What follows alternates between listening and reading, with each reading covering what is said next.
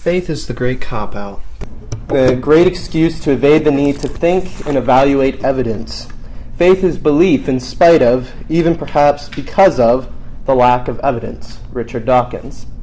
Dawkins, along with many other prominent atheists of the day, often posit that Christians are unreasonable, silly, creationist nutjobs that are intellectually ill.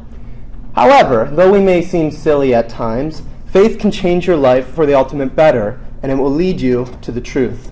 My name is Jeremy Damiano, and I'll be hopefully answering the question today, is faith reasonable? I am a Christian, and I've studied other worldviews from atheism to Buddhism to Mormonism and many other isms. I've read the Bible twice, and I'm working on my third time around, and I've also spent hours thinking about this very topic. And I assert that faith is totally reasonable, regardless of what the skeptics say, especially when we consider knowledge and its workings. I'll be first going over the definition of the faith I'm referring to so that there's no confusion, and then some philosophical implications in the branch of epistemology. I'll be defining that big word also. And then I'll be considering some crucial concepts that necessitate faith. For strength of the argument, I'll also quickly consider two common arguments against my position and offer rebuttals to both. So first off, let me define the word faith and what I'm referring to according to dictionary.com. Faith could mean a confidence or trust, much like a leap of faith. It could also mean a belief in God or a belief that is not based upon proof.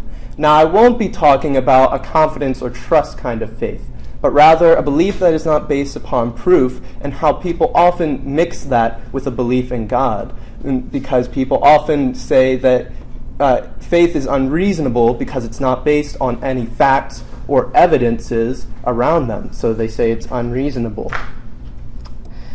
However, with that definition in mind, I want to let you know that faith does not make someone unintelligent or silly, as I will now show through the discussion of epistemology.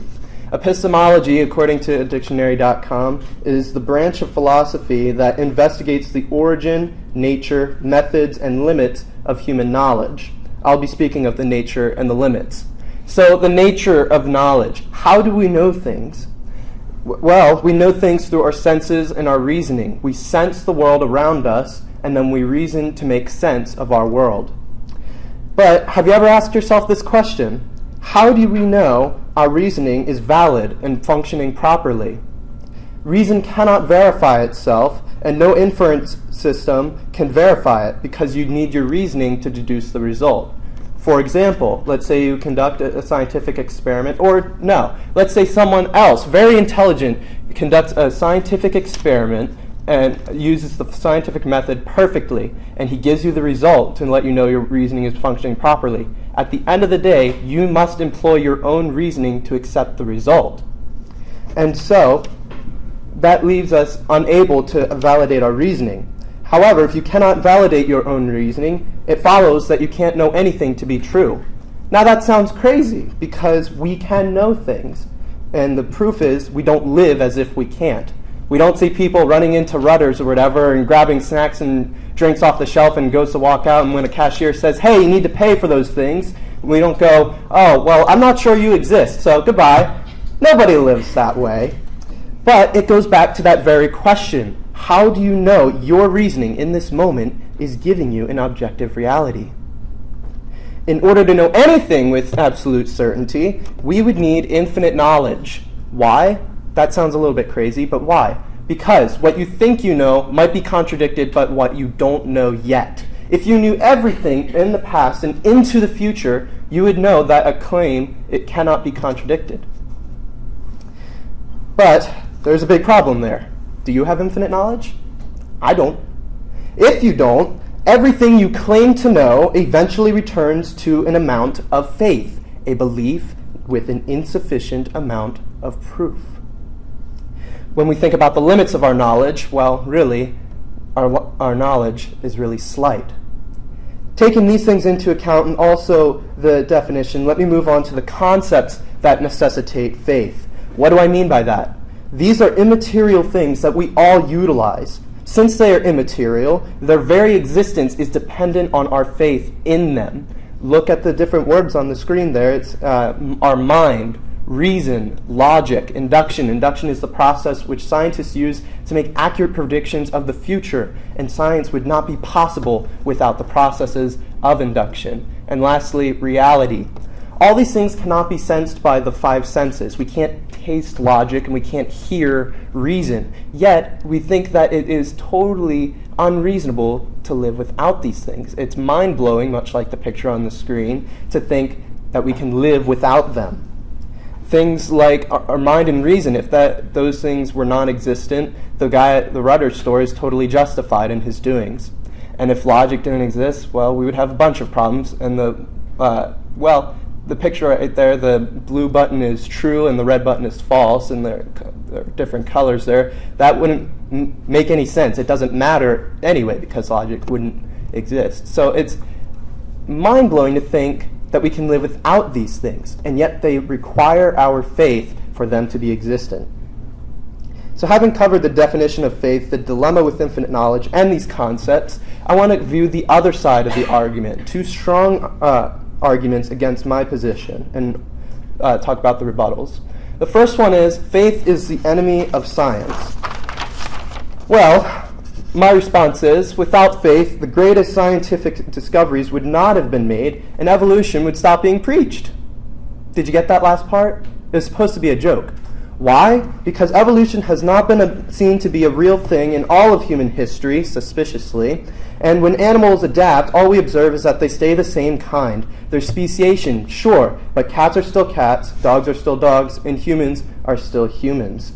I think Dr. Henry M. Morris, Jr., an author, sums it up in the best, most vivid words about the evolutionist. Quote, "The evolutionist has to assume an atmosphere, which does not exist, an oceanic composition, which does not exist, and processes which no longer exist to explain the generation of hypothetical primitive organisms which no longer exist." That is totally based on faith. Switching gears here, think about the discoveries and consider Thomas Edison. He had faith to keep at his work. He said while inventing the light bulb, quote, "I've not failed. I've just found 10,000 ways that won't work." And fail 1,000 times he did. He went through many different materials for the proper filament in the light bulb.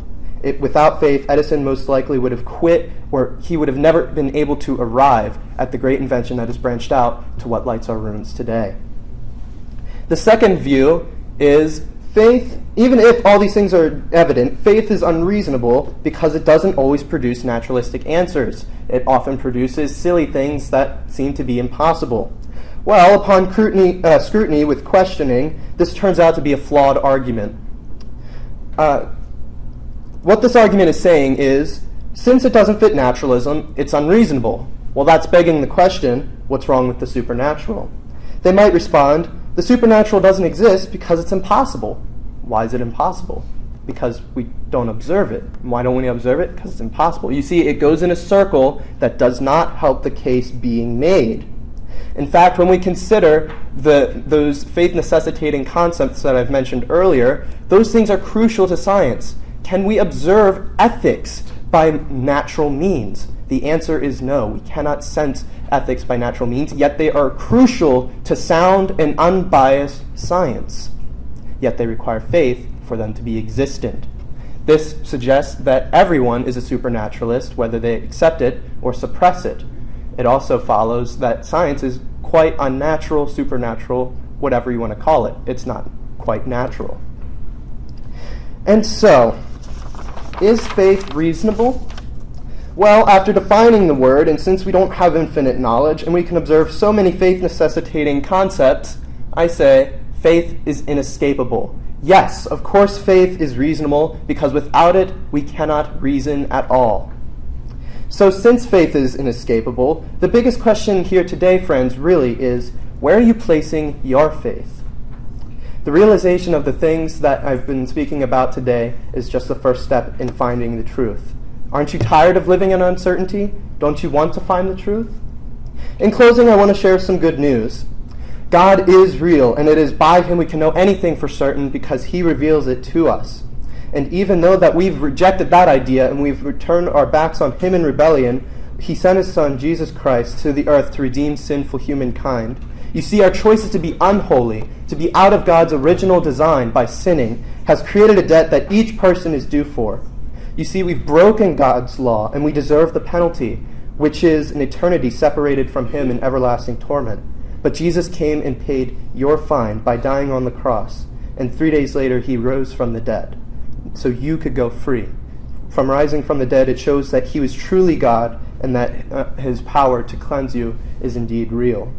And what does he require of you to be saved from this penalty? Nothing. It's his gift to you. And you receive the gift by placing your faith in him. By doing so, you choose to submit and surrender to him. Christianity is the most evidentially supported faith throughout history and through archaeology, and it philosophically and logically makes the most coherent sense provided you study it closely. But that is not what this is about today, friends. The thing is that faith is inescapable, and where are you placing your faith? At the end of the day, you still don't know anything. Still don't know anything for certain. I believe that Christianity is so supported because it's the truth. However, it comes down to your decision to place your faith in him to restore that relationship with Christ. And so, what will you do with your faith? Will you surrender to him, or will you reject him? Thank you so much, and if you have any questions or you just want to have a nice little chat about this, I love talking about it, so please don't be afraid to see me.